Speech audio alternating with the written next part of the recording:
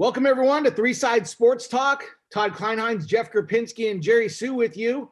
We're going to be joined later on in this podcast by Matt Maiocco, 49ers insider, who will hopefully have a lot of information to give to us and to you. As the 49er insider, we like to probe and get deep down into what's happening at 49 Centennial. But before we bring Matt on, let's talk about the Niner news and the NFL news in general. The highlight being Jeff's buddy Sam Darnold is on the move, not to the Niners, but he ends up going to Carolina for a third-round draft pick this year, a second and fourth next year. Jerry, thoughts just on the trade in general? And not only is Sam not coming to San Francisco, but he's going to another quarterback-needy team. Yeah, I guess having Sam Darnold's picture plastered all over their season ticket webpage was just a smokescreen, just like all this talk about Mac Jones to the Niners, right? But seriously, no, I guess I'm not surprised that the Jets moved on from Darnold. Like most people, we've just assumed that the Jets are taking Zach Wilson at number 2 and starting over with a clean slate at quarterback. I guess the surprise is that Carolina was the team that ended up with Darnold, because we all knew that they wanted to make a big splash at quarterback this offseason, but Darnold didn't seem to be on their radar, at least from, what we were hearing. But good fresh start for Sam Darnold in a similar fashion. I guess from my perspective, I just want to see how things pan out for him, like Matt Stafford with the Rams, because throughout the season, those were the two guys who were given all the excuses as to why they couldn't win, because of their horrible surroundings. So now Darnold has Christian McCaffrey as his running back, DJ Moore and Robbie Anderson as his wide receivers, and an offensive coordinator and Joe Brady, who turned Joe Burrow into a number 1 pick. So for Darnold's sake, let's hope he can get his career back on track. Yeah. Yeah. I wasn't sure. Yeah. Looking at that season ticket page, if that was a done deal, I thought maybe they would keep Darnold. And who knows who they took at number 2, but as you kept hearing all this talk about Zach Wilson to the Jets, like that was a done deal. Like, what about these other guys? What about Fields?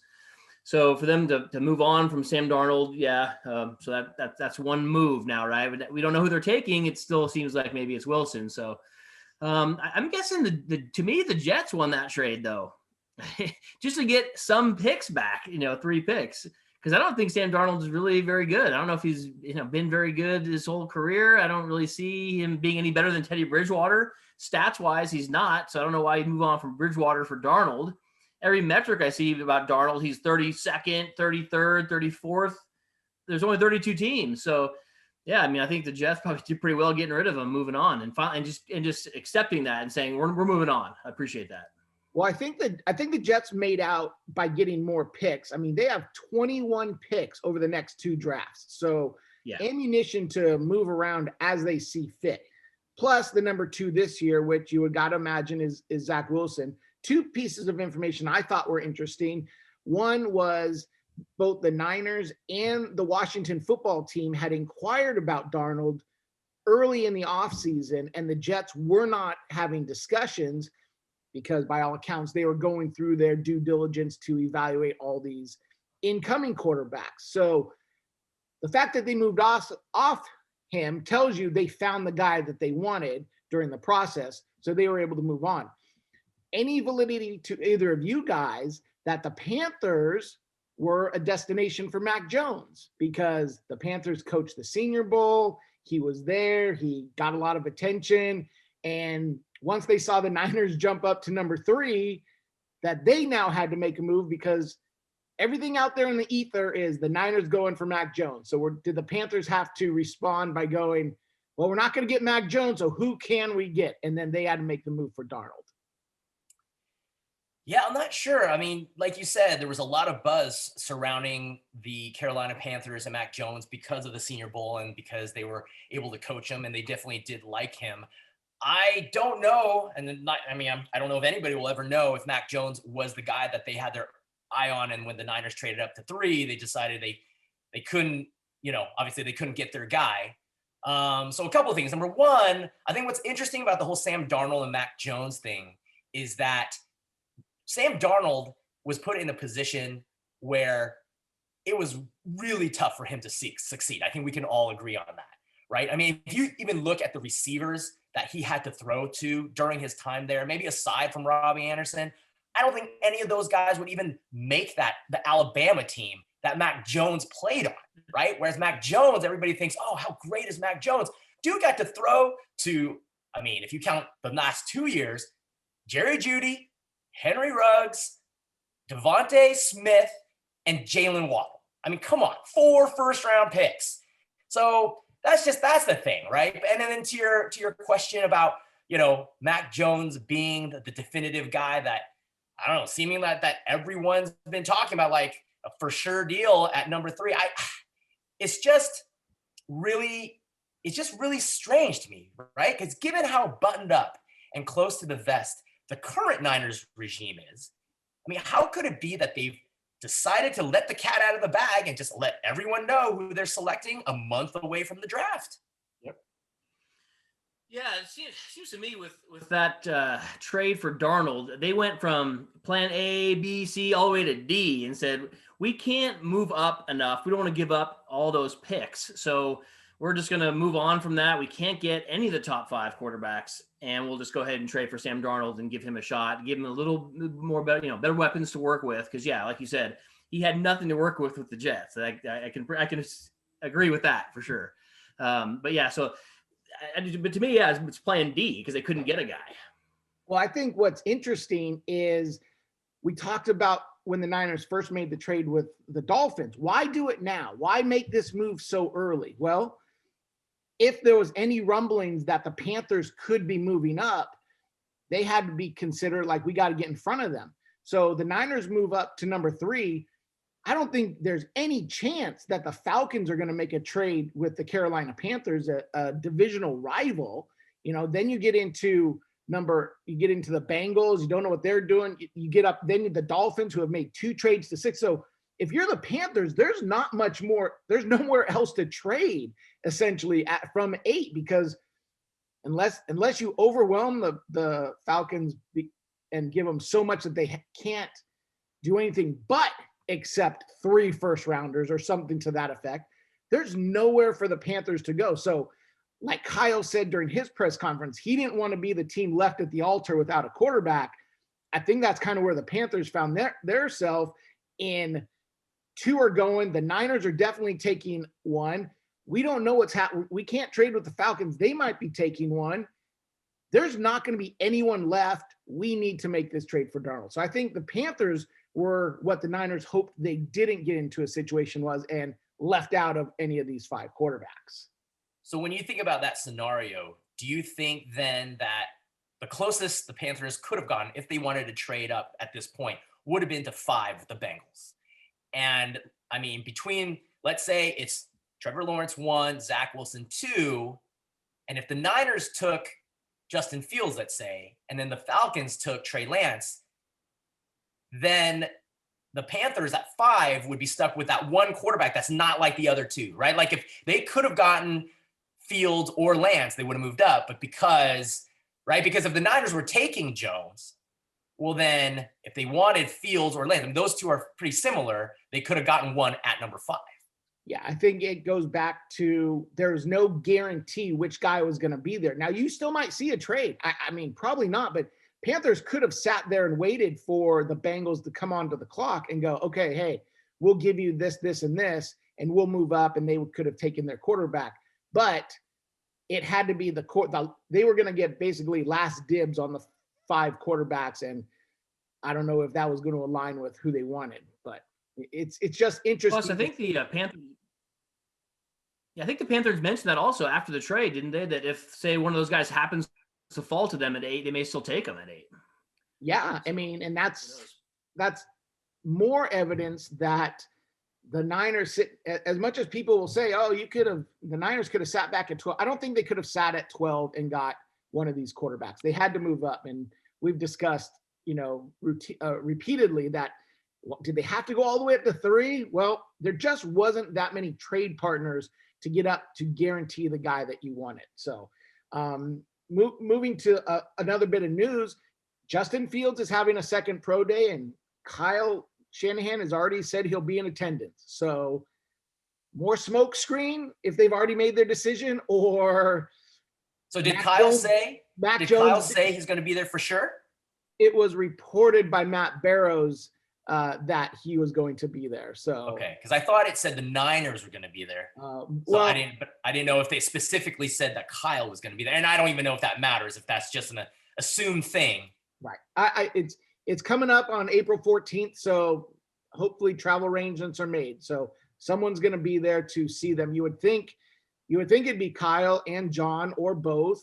Otherwise, if it's another area scout, then boy, that's strange that Kyle and John did go to Mac Jones and didn't go to, the second Justin Fields. But Fields is going to have another opportunity to wow everybody with his physical ability and hopefully have a chance to chat with Kyle and, wow Kyle on his intelligence, his football IQ, everything that goes along with being a quarterback, in order to get into that number 3 mix. Yeah, I would just add that even if they have made their decision, I think it's in their best interest to do due diligence and go to these pro days, right? I mean, whether it's a smokescreen or whatever, I mean, you have to do your homework and go. So I would think they should be going to his pro day. Absolutely. Anything on the Fields pro day, Jerry, or No, but I actually wanted to know if you guys will indulge me a little and let me read you this particular draft profile, and you guys tell me who you think it is. Okay. All right. So in terms of mechanics, accuracy, footwork, and touch, he's the best passer in the draft class. His background as a tennis player is obvious in watching him take a 3 or 5 step drop. He has the arm strength to hit windows and has shown consistent touch in leading receivers upfield. Although he isn't a running threat and may lack the skill set to extend plays as more mobile quarterbacks can, he can still hit on last-ditch throws by virtue of establishing command even after he's pushed off his initial spot. So, who is this quarterback that's being described? Is this Josh Rosen? Oh, you are too good. Wow. Can't put anything by you. Who do you think it was, Jeff? Well, reading that information that Todd sent over, I thought that was Mac because it said something about being a tennis player or tennis family. So I thought that is exactly what I wanted to bring up. Exactly. Yeah. Sounds like Mac, but it was indeed Josh Rosen. Yeah. And if the Niners already have a young quarterback with the profile that I just read that seemingly matches what Kyle Shanahan's perceived prototype is, like Rosen, I mean, it doesn't make sense that they'd trade 3 first-round picks to take a similar player like Mac Jones. Yeah, but I understand. I agree. But you're assuming that Kyle looks at Rosen the same way in terms of Rosen didn't put up those stats. Rosen didn't win a national championship. Rosen didn't, do the and I get it. We understand that Jones had everything going in his favor, line, receivers, those types of things. And I think that's why Kyle grinds the tape on these guys to go, I need to find my guy beyond the thumbnail sketch, because all of these guys have something about them, but I need the guy who loves football. And that's the one thing that we keep hearing about Josh Rosen is, does he love football? Is he just too much of a outside influence guy? Types of things that he needs a guy who eats, sleeps, breathes, football. So if in that scenario, no, I don't think Kyle's trading up for the next Josh Rosen, but I don't know. And I'll bring this up. Jeff mentioned earlier on our text, Adam Schefter reporting, Mac Jones all but done.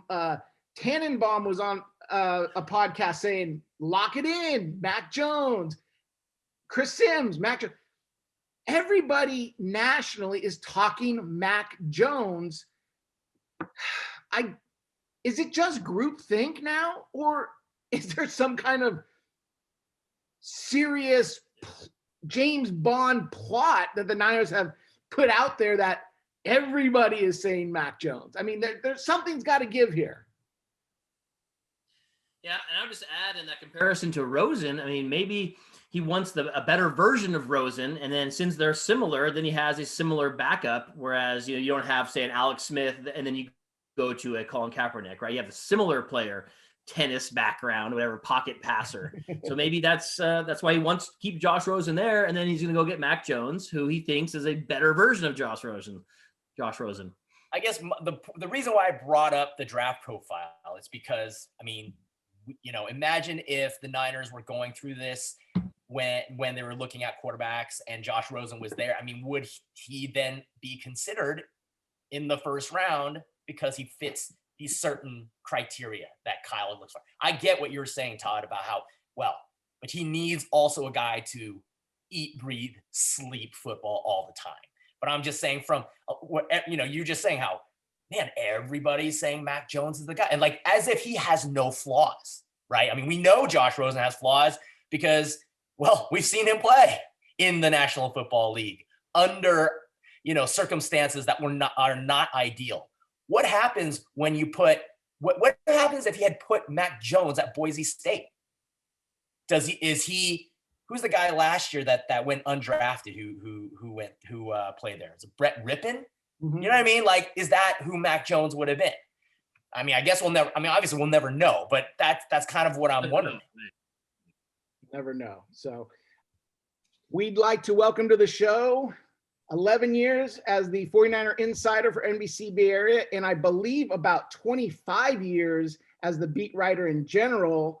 We'd like to welcome Matt Maiocco to Three Sides Sports Talk.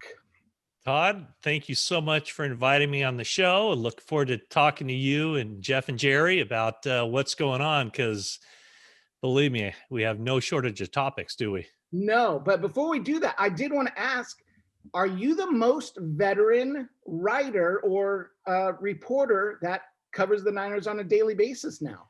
Yes. When I first started, my first year on the beat was the first full-time year on the beat was 1995. And then Cam Inman came on, and then he became a columnist. Matt Barrows came in, I think, during the Dennis Erickson era. So, yeah, I think I'm the one, and I'm so old, Todd, that if there's somebody else, my memory is shot and I don't remember anyway. So I can plead ignorance on that. I hope the young journalists buy you the drinks when you guys are on the road, and hopefully on the road will be soon. So, yeah, this last year was very different. Yes. That's always the one thing I'll say. Is that ever since I've gotten on the beat, we've had a really good crew of reporters.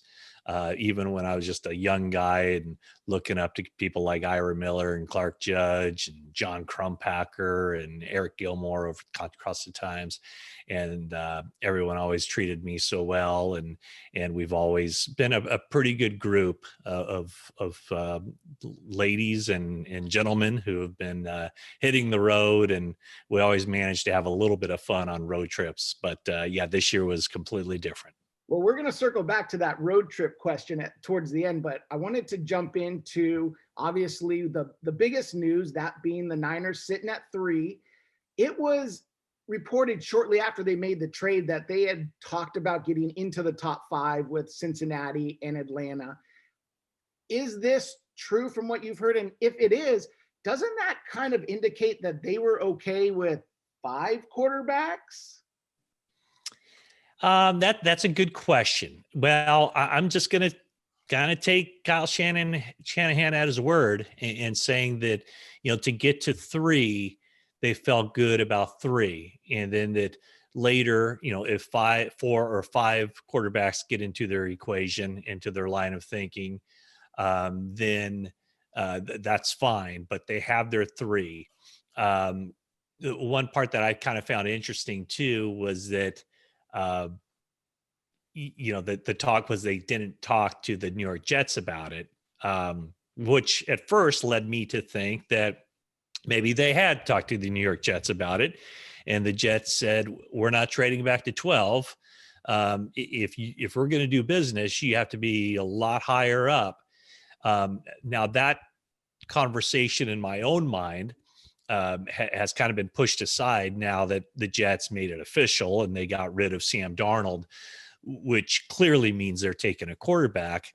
And if you are set on taking a quarterback, you're not going to move back one spot unless the 49ers there's a trust factor where the 49ers say, we want this guy really bad. Who do you want? Oh, that's different than the guy we want. So yeah, we will trade back. I don't see that happening. But to answer your question, I'm of the belief that there were 3 guys that they wanted. And I think ultimately there might be 5 guys that they like, but I still think there's only 3 guys that they love. Do you want to take a guess as to who that third guy is? If we're going to assume it's Lawrence and Wilson, who's number 3 on their list? Well, I think it's Mac Jones, and it's a little bit of speculation. It's a lot of reading the tea leaves. It's a little bit of what I believe. Or I know, stuff that I know. I mean, no one has come out and said, we are taking Mac Jones. There's this sentiment out there that the 49ers have leaked their interest in Mac Jones. I don't believe that. But from the time that I first kind of got on the Mac Jones bandwagon, if you will, and thought that I think this is the guy, you start hearing other things too. And there are some people out there who I have a great deal of respect for, and they all are saying the same things. And, if you follow the national media, I can tell you that Adam Schefter is not wrong very often. And he, as recently as just a couple of days ago, said that he thinks it's going to be Mac Jones. And so, my own thoughts were like, okay, that kind of confirms what I think I know.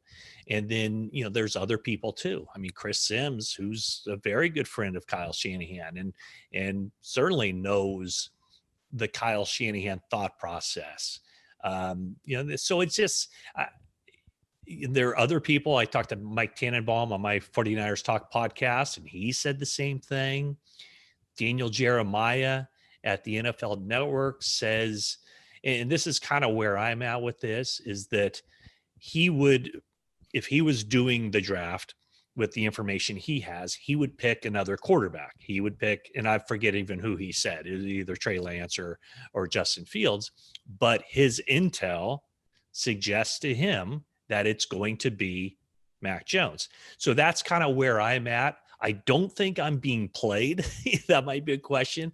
I don't know that there's a measured, choreographed effort for the 49ers to put together a smoke screen, but it's one of those things where I just think that, where there's smoke, there's fire. And so I know, Todd, I'm sorry, a very long-winded answer, but my thought right now is that unless the 49ers come off of this and learn more or have a change of heart, my opinion, and it's only that, my opinion is that Mac Jones is the guy who's whatever at the top of the leaderboard. Let's just say that. Yeah. So a story that resonated with me was one that you wrote after the Niners got demolished by the Buffalo Bills this past season, where you said that the Niners want the next Josh Allen for themselves. Because you said the Niners had seen it up close in painful fashion within the last 12 months against Mahomes, Jackson, Murray, and Allen, what it was like to not have one of those elite type guys. Yeah. So I guess I'm just wondering how the Niners could not take a big swing on a Justin Fields or a Trey Lance or even a Zach Wilson, should he fall to them. Because those are the guys who sort of fit that Josh Allen category. Whereas like a Mac Jones, right, he's being compared to the likes of Matt Ryan and Kirk Cousins, who aren't being considered as elite? No, that's a great question, Jerry. And I think the thing that Kyle Shanahan values above all else is the ability to make plays in the pocket, which, and I've seen a lot of examples of Trey Lance and Justin Fields doing the exact same thing. So I'm not saying those guys can't make plays in the pocket, but I think the thing that has really frustrated Shanahan about Jimmy Garoppolo is maybe the anticipation. And Kyle Shanahan has a great deal of self-confidence in his ability to stress a defense, to come up with something against a particular defense where if he draws it up on the board during the course of the week, if we're in this down and distance and we have this play called and they're in this defense, this play is going to be wide open. And he doesn't want guys to necessarily see it, then throw it. In other words, a guy breaks into the clear. Oh, he's open, just like the coach said. Now I'm going to throw it. He wants guys who are making that throw when the throw is supposed to be made so that he hits the guy when he's open, in stride, and then you got the yards after the catch. And so, again, this is just my opinion, is that he sees those qualities in Mac Jones, where even though Mac Jones was surrounded by NFL talent, and a lot of times it was, varsity against the JV whenever Alabama plays, he still sees Mac Jones as kind of a bookworm type, a guy who's going to know the offense inside and out and who trusts what the coaches put out there. And Alabama's offense was very much NFL-like in a lot of the things they did. It wasn't just, the typical stats padded because it's a college offense type of thing. Now, obviously his stats were padded because he had, guys like Jalen Waddle and Devontae Smith to throw to. He had Najee Harris coming out of the backfield, and he had, I don't know what, 2 or 3 offensive linemen who are going to be in the NFL, if not more. So that's why I say that. I think if all things being equal, absolutely he would want the guy who can run when plays break down. But the number one thing he wants more than anything is a quarterback who will trust the system, do what he's taught, and and get the ball out of his hands to a guy who he's throwing open and not waiting until he throws it when they're open. Yeah, Matt, very good to see you again. I don't know if you remember, you probably don't. Todd actually introduced me to you at the Jerry Rice's Hall of Fame weekend or whatever. We met there in Canton. So that was a good weekend. That was, that was 11 years ago, right? It's been a long time. Yeah. Yeah. Because when Todd introduced me, he said my 11 years at NBC Sports Bay Area. And that was, I was there just a couple months after I got hired. So yeah, I do remember that. That was a great evening, a great weekend. So yeah, good memories. Yeah. And I appreciate you coming on. I've been reading you for a long time, and watching you now on TV as well. So appreciate that. I kind of wanted to pivot off of the draft or the quarterback situation. When you were working on letters to 87 and dealing with all those guys from like when we grew up and what, really ties us to those, greats from the 80s, 90s and beyond. How do you see the current setup of the Niners, the vibe, the locker room, the morale of the team? How does that compare now with under Shanahan as it was back then? Yeah, it's this group, and I really can't speak to 2020 because I wasn't in the locker room, and I don't know if I'll be back in 2021. We'll see. But that 2019 group, and even the 2018 group, and to a lesser degree the 2017 But let's just go with 2019. That was one of the best locker rooms I've ever been in. That was actually that was the best locker room I've ever been in, from the standpoint of guys who just were all about the team, guys who are easy approached, guys who got together well, who just seem to be solid guys who have, passion for the game and maybe passion even for doing the right things. You never know exactly what's going on with these guys, behind the scenes or when they leave the locker room. But it was a really good group. And the one thing that I think that it kind of works against that kind of family atmosphere that you're talking about, that the 49ers had through the 80s and a good portion of the 90s, is that players now are more transient because of the salary cap. Teams more now than then cut players because they're not performing up to their contract. Shorter term deals are signed. I think back in those days, rookies were signing like 6-year contracts. Now rookies only sign the 4-year contract. So if they play very well, they kind of outprice themselves from the team they're with. There's probably more of a disparity now between the big money guys, the middle class, and the lower level guys. And so there's more of a flux of the roster. But when I was around, with Dwight Clark and some of the guys, the Ronnie Lott and Keena Turner and, Joe Montana, Dwight Clark, then as they went on there, Roger Craig and some of the offensive linemen, Harris Barden and Steve Wallace, and on and on and on. That nucleus was together for a long time. And Eddie DeBarlo did not treat them like employees.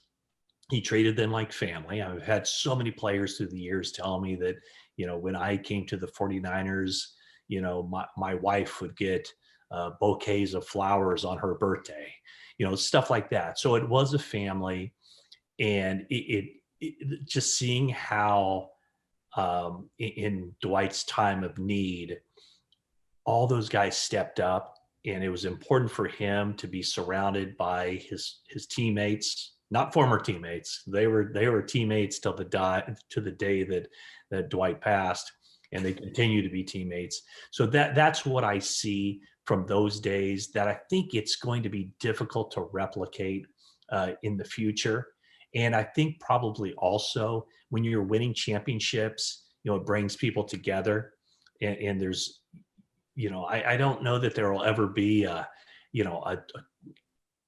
2019 or a 2012 49ers reunion because they didn't win a Super Bowl, so there are guys who will always be really good friends. Joe Staley will always have a very high opinion of Frank Gore and vice versa. Staley will always be connected to Mike McGlinchey. There will always be those connections, but I think it's just really difficult to think that that any NFL team now can recapture what those teams with the 49ers of the 80s had, especially without winning a championship. Hey, Matt, you just touched on one of the people that I wanted to mention, and that's Mike McGlinchey. With his 5th-year option, deadline coming up in, just over a month. What are your thoughts on what are the Niners going to do with McGlinchey? I think they're going to pick up that option, and that option is fully guaranteed as soon as they do it. I think they like Mike McGlinchey a lot. Objectively, when I look at it, he's one of the best run blockers in the game. He might be the second best run blocking offensive tackle in the league, behind only Trent Williams. Objectively, he has a lot of room for improvement as a pass protector. I thought he played very well at the end of the 2019 season, after he came back, he missed some time middle of the year, and I thought he just got better and better and better. I think Mike McGlinchey's biggest issue is Mike McGlinchey. I think he's a very bright guy, but as we see with a lot of these guys who are bright, sometimes they overthink it. And I think with McGlinchey, sometimes one bad play leads to another. And I thought McGlinchey, by and large, had a pretty good season last year, but he had some very notable, screw ups in pass protection, and they came at the most inopportune of times. So my guess is that he's going to be a better player in 2021 than he was last season. I think that the focus clearly has to be on the pass protection part of it. And he's got to do whatever he's got to do this offseason with the help of the 49ers strength and conditioning staff, their human performance staff, to put together a plan, whether it's putting on some pounds, whether it's getting stronger, whatever it is, that's got to be the focus of this offseason. And my guess is that he has a pretty good season, and the 49ers try to sign him to a long-term deal. Now, I was just talking to a good friend of mine inside the Raiders organization, and let's just say that they're happy with the guy that they ended up with, because they would have taken Mike McGlinchey. What was that, 2018?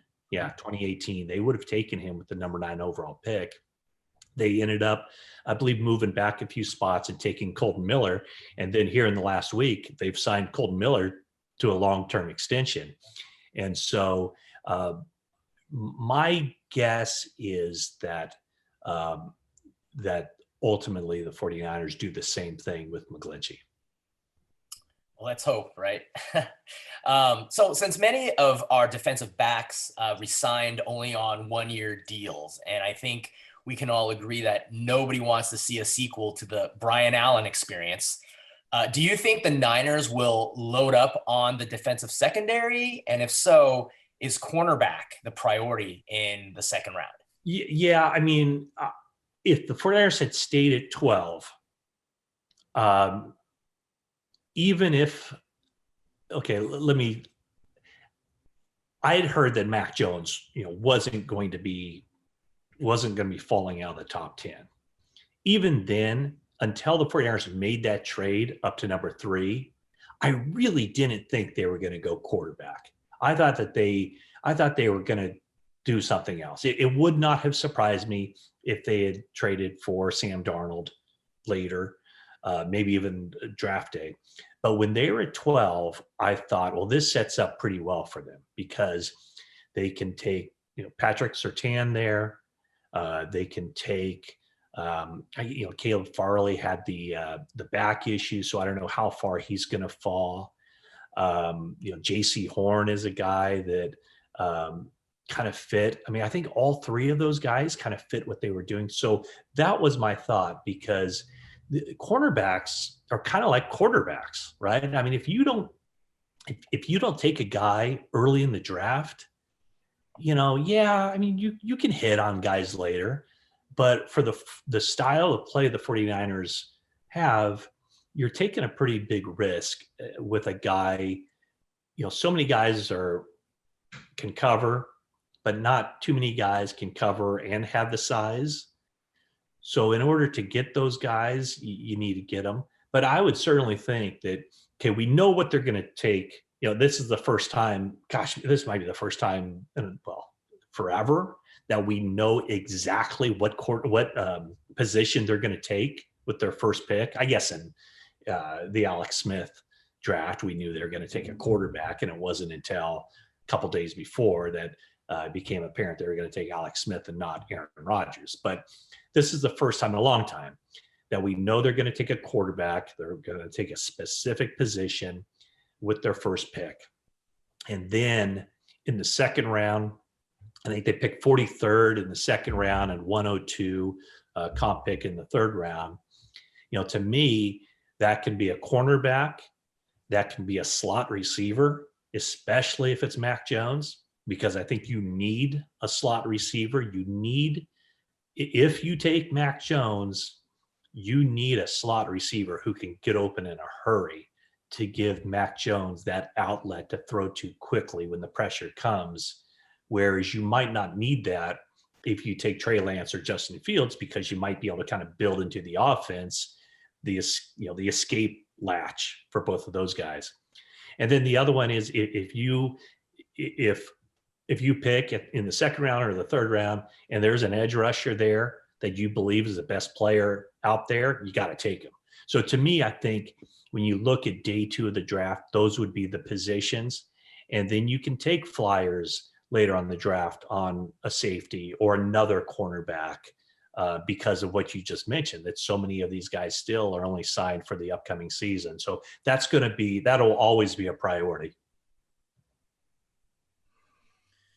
Yeah, I would say, assuming they are, or knowing they are taking a quarterback, do you think, or do you have any inside information as far as if Jimmy will be on this roster week 1, or if they're going to try to trade him, or do a team like the Patriots, or if you're afraid they're going to move up and take another quarterback? Well, I would say this. I would say that I would think that who the 49ers take in the draft will signal what they're going to do. I think if they take Trey Lance, they're definitely holding on to Garoppolo, or it would take an awful lot for them to move off of Garoppolo. Now, as we're talking here, the 49ers just added Nate Sudfeld. So they have 4 quarterbacks under contract right now: Garoppolo, Sudfeld, Josh Johnson, Josh Rosen. Only 3 of those guys, and then you're going to add a rookie into the mix as well. So only 3 of those guys are going to be on the regular season roster.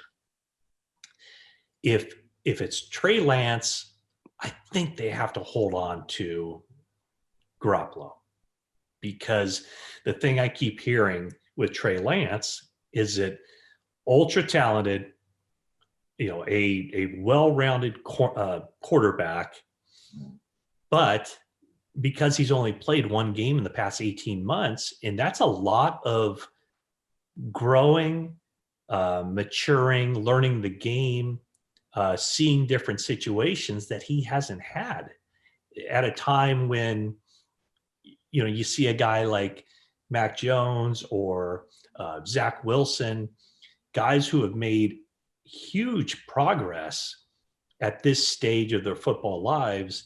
That was an opportunity that Trey Lance did not have this past season.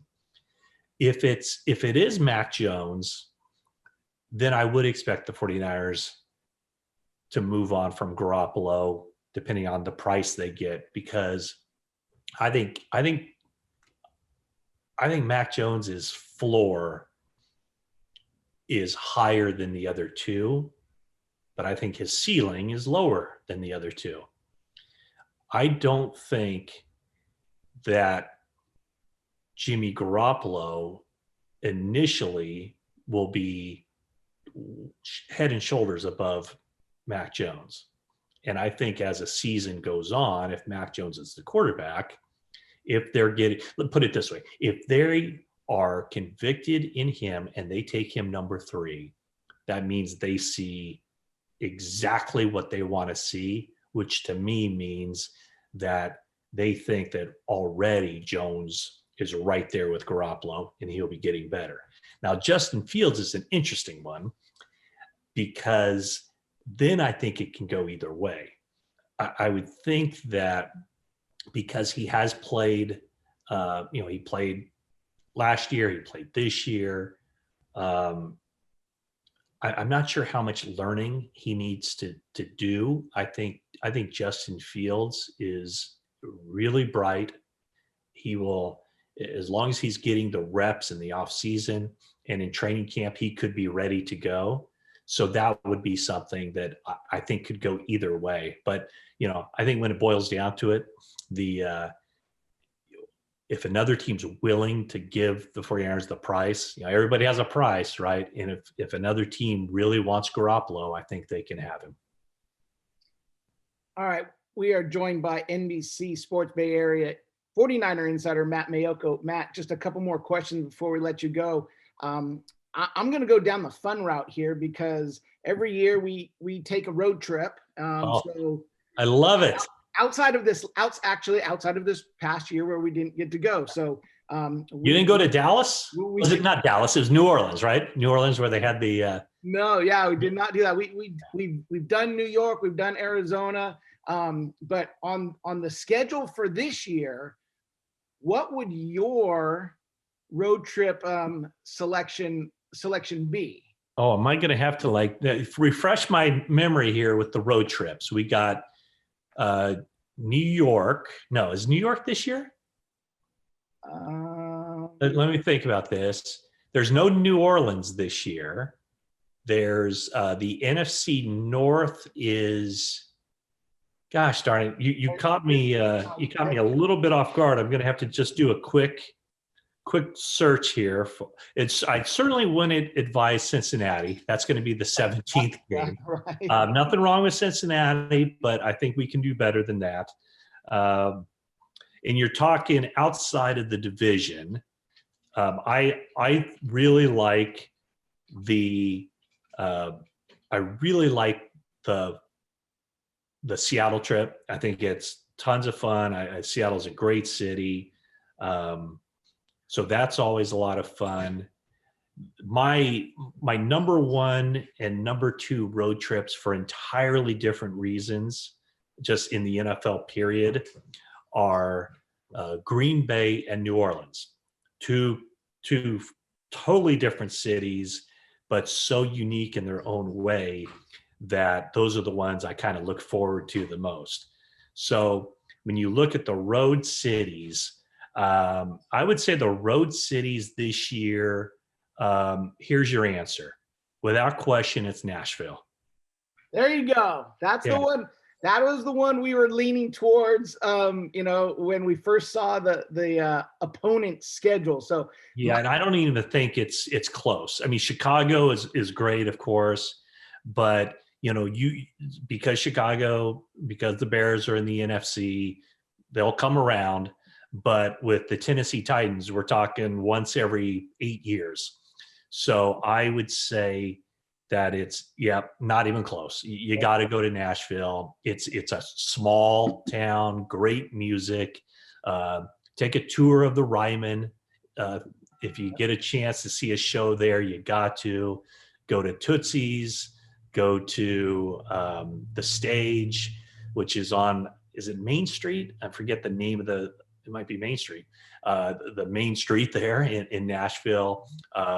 The food is great. Yeah, everything about it is great. So that's the one. I had to stall long enough to pull up the schedule. No, that was great because that was the one where I've been waiting for it. Like you said, once every 8 years they get to go there, and from everything I've heard, it's a great football town. It's a great atmosphere. Now, fingers crossed that it lands, in the first 2 months, so it doesn't get too cold. Well, and one of what I enjoy most about road trips are just kind of getting a feel for the city you're in, and I absolutely love walking from a downtown hotel to the game. So in Nashville with the Tennessee Titans, it's very walkable, an easy walk from downtown. So I would recommend when that schedule comes out, book a hotel downtown, and don't even rent a car. Just take an Uber in from the airport, and then everywhere you need to go in Nashville, you can pretty much walk or take a short car service or whatever, anywhere you need. But yeah, it's a neat town.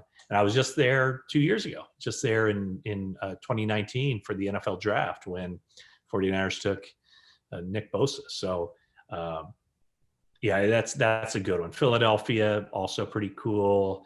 Detroit in its own way. Jacksonville, very spread out. So those are in Cincinnati, back for second time in 3 years for Cincinnati. So It's a not a great road trip schedule for the 49ers, but enough good options there to provide some enjoyment on a road trip, no doubt. I'm sold.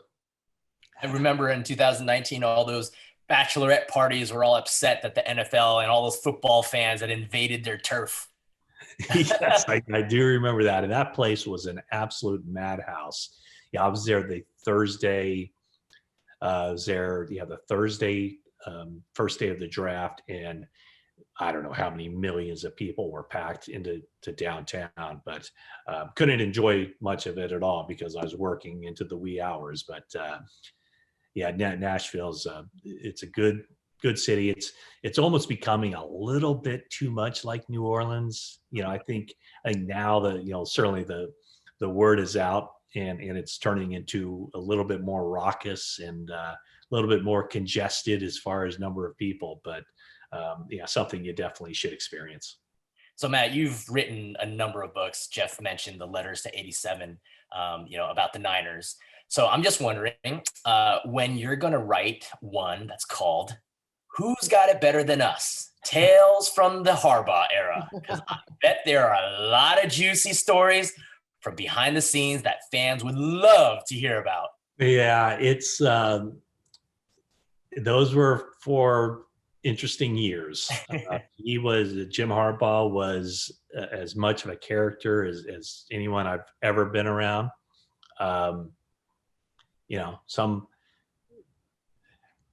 Some players loved him, others not so much.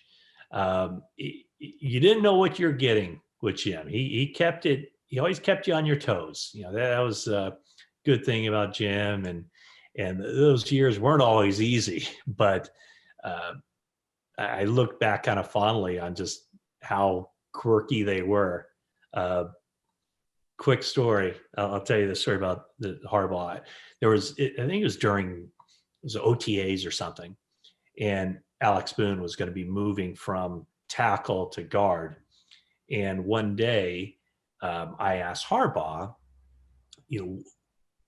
about the thinking of having a guard. And I said, does it cause any problems that, you have a guard who's 6'8", does that cause any problems for a quarterback throwing over, this big guard? And I think as soon as I said 6'8", he didn't even let me finish my sentence. And he goes, you think he's 6'8"? I go, well, I really don't know, but that's what Alex Boone kind of identifies himself as. He says he's 6'8". And Harbaugh wouldn't let it go. He goes, you think he's 6'8"? I go, I don't know, I guess. And he goes, well, let's bet. Okay. And he goes, or maybe, did I say 6'9"? No, I think it's 6'8". So he goes, I don't think he's 6'8". Okay, well, you want to bet? Yeah, let's bet. So he says, I forget what he said, but I said, I think we created the over-under at 6'7.5". So if he's 6'7.5" or lower, Harbaugh wins. See, if he's 6 foot, over 6'7.5", I win. So we walk in, and I went to talk to a player in the corner of the locker room, and Cam Inman, who covers the team, he was walking in, and he was right behind Harbaugh when Harbaugh said, hey, Boone, come over here. And they took Alex Boone up against the wall, and I think they had like a, like the growth chart type of thing. And Harbaugh and another coach measured Alex Boone in the hallway between the locker room and the restroom. And Cam was right there, and he came in at like 6'8" or 6'7 3/4. Anyway, I won the bet. And so Cam comes over and tells me, hey, you won your bet with Harbaugh. I go, really? He goes, yeah, I was right there. They measured him, and he was like, 6'8". I was, oh, okay, that's good. So the next day I go to Harbaugh and I said, hey, I heard I won the bet. And he goes, oh, I don't know what you're talking about. He goes, I looked at our draft card, and we had him at 6'7" and whatever, a quarter. So I won the bet. And I go, well, I heard that you just measured him, And he was over 6'7.5". And he goes, well, that doesn't count because granted, I'm shorter than Alex. So when I put the ruler up, it was going at an angle. And so therefore, I don't think it's fair that you should win the bet. And I'm looking at him going, oh my God, this guy is more competitive than anyone I've ever met. And he will, not accept losing. And so I just like, okay, whatever.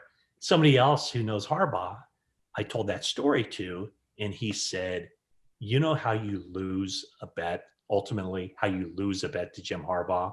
And I said, I don't know how. You win the bet. And then he holds it against you for the rest of his life. So that's my little Jim Harbaugh story about kind of the competitiveness and how the guy is wired. He will not accept losing. Nice. So going from one coach to the current coach, how do you see, from what you do see on the inside, how these guys react to or respect Shanahan, and like what that relationship is like with Shanahan now? Are you talking with the players? Yes. Yeah. Oh, I think the players really respect him. I mean, obviously guys who fall out of favor and don't get playing time will probably have a different opinion. But one of the first things I learned when I started covering this team, and when I covered this team, remember it was Steve Young, it was William Floyd, it was Harris Barden, it was Jerry Rice, it was Tim McDonald, it was Merton Hanks, it was Ken Norton, Bryant Young, all these guys. The thing that I learned, the first thing I learned was that all players want is for the coach to put them in a position to be successful. So that's what Kyle Shanahan does. I mean, these guys, when they hear him talk, they know that they're not dealing with a guy who's just guessing. And he has an ability to explain to them, he could spend 45 minutes on one play and go through all the nuances of the play. And if this happens, you do this, and this is why we're doing this, because if that happens, then you have the ability to do this. So the players absolutely love that. Not only he tells them what to do, but he tells them why they're doing it. So it really eliminates all gray area. And he can do the same thing on defense too. I mean, he knows, I think why he's such a good offensive mind is because he knows defenses very well too. So no, I think there's an incredible amount of respect within the locker room toward Shanahan. And I'll say this is that, I've been around a lot of different regimes, and trust me when I tell you that and I'm just throwing numbers out here. Well, yeah, I mean, I was going to say a 6-win season for Tom Sula and a 6-win season for Chip Kelly, even though those guys didn't have 6-win seasons, but I'll go ahead and say it. Those 2 seasons with the same record have a completely different feel than what a 6-10 season with Kyle Shanahan has, because you see the growth, you see the understanding, and you see the guys in the locker room knowing that, we're 6-10 for a reason. And it's not because our coach doesn't know what he's doing. It's because, whatever, injuries, the right people aren't here in the locker room yet. And so that's what I see. And so much of whenever I see a general manager fired or a head coach fired, it's not just because of the record. It's because they've lost control. And guys don't, there's the dysfunction within the organization. And so, hey, if the 49ers lose like they did last year or like they did in the first year and the second year, eventually that will erode. But I mean, even though they've had losing records 3 of the first 4 seasons during the Lynch and Shanahan regime, I get the sense that there is absolutely zero people, trying to bail or don't believe that these 2 guys are the right people for the jobs. Hey, Matt, I really appreciate all your time. It's been a flying by time for us. It's been so nice to get the inside information, to hear the Harbaugh stories, to, hey, to get you that first story in Tales from, what did you call it, Jerry? Who's Got It Better Than Us? Your next book. So excellent. I'll find a publisher for that one. Yeah. So really appreciate it. And I will say, as a St. Mary's alum, I really enjoy the fact that you pump up the basketball team every year. So that's always fun for me. So yeah, I live like right down the street, and so I do. I'm able to be a fan for very few things, but St. Mary's basketball is always a lot of fun to go into the gym and see what they have cooking. And this last season, I was able to make it in there for a couple games as a guest. Very, very small crowds, but looking forward to getting back out there and rooting them on. And I look forward to seeing you guys in Nashville in 2021. Well, as soon as that schedule comes out next month, tickets will be booked for sure, because that's on the bucket list. So we're going to take care of that. Okay, but don't take my hotel room, okay? Can't promise, but we will do our best. So, hey, thank you very much, Matt. We really appreciate your time. All right, Todd, thank you so much. It's always great to catch up with you. And Jerry, nice to see you. And Jeff, nice to see you again. And looking forward to you guys catching up with you. And who knows, maybe we'll toss back a drink in Nashville this coming season. Sounds great. Good. Thanks, Matt. Enjoy the draft, Matt. Thanks. Okay, thank you, guys. Appreciate it. All right. Again, big thanks to Matt Maiocco, 49ers Insider, for joining us. That was exciting. Lots of good information in there.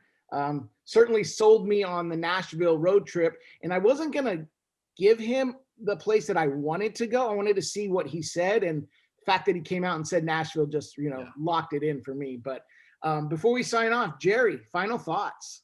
Yeah, just wanted to say thanks again to Matt Maiocco of NBC Sports for hanging out with us today. Obviously, it's a crazy busy time for him, so it was incredibly gracious of him to spend more than just a few minutes with Three Side Sports Talk. And definitely big props to you, Todd, for getting Maiocco to join us on our humble little podcast, because having Maiocco was definitely a big get. And hopefully we can maintain a good relationship with him, so he'll want to come on with us again, because that's the key, good relationships. And I bring this up because I feel like there have been some instances this offseason where players have sort of burned some of their relationships, only having to double back to make amends, such as when Michael Brocker said that the Rams had leveled up after trading away Jared Goff for Matthew Stafford. But then ironically, Brockers ended up signing with Detroit in free agency and had to iron out that situation with Goff. And then, in speaking of the trade that just happened with Sam Darnold, when Robbie Anderson tweeted some video clips after he had signed with Carolina last year of how he was always open during his time with the Jets, but the quarterback just kept missing the target. And that quarterback was none other than Sam Darnold, who's now his quarterback one yet again after the trade to the Panthers. So hopefully they'll be able to patch things up. And if Robbie needs any help getting back into Darnold's good graces, well, he can always refer to the Happy Gilmore approach. I'm stupid. You're smart. I was wrong. You were right. You're the best. I'm the worst. You're very good looking. I'm not attractive. And that's your PSA for the day, kids. Jeff, final thoughts.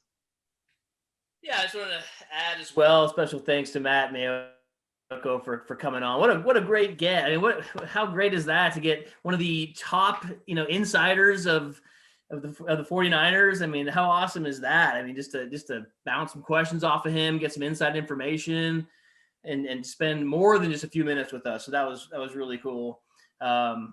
Yeah, I mean, other than that, I just thought it was a good day, a good podcast. Well, if hopefully all our listeners enjoyed the Matt Maiocco interview, I certainly did. But we're not done with interviews. Next week, we are going to have KNBR host Larry Krueger, who also serves as an NFL scout, join us to break down the draft much deeper than the number 3 pick. We're going Concordia University deep.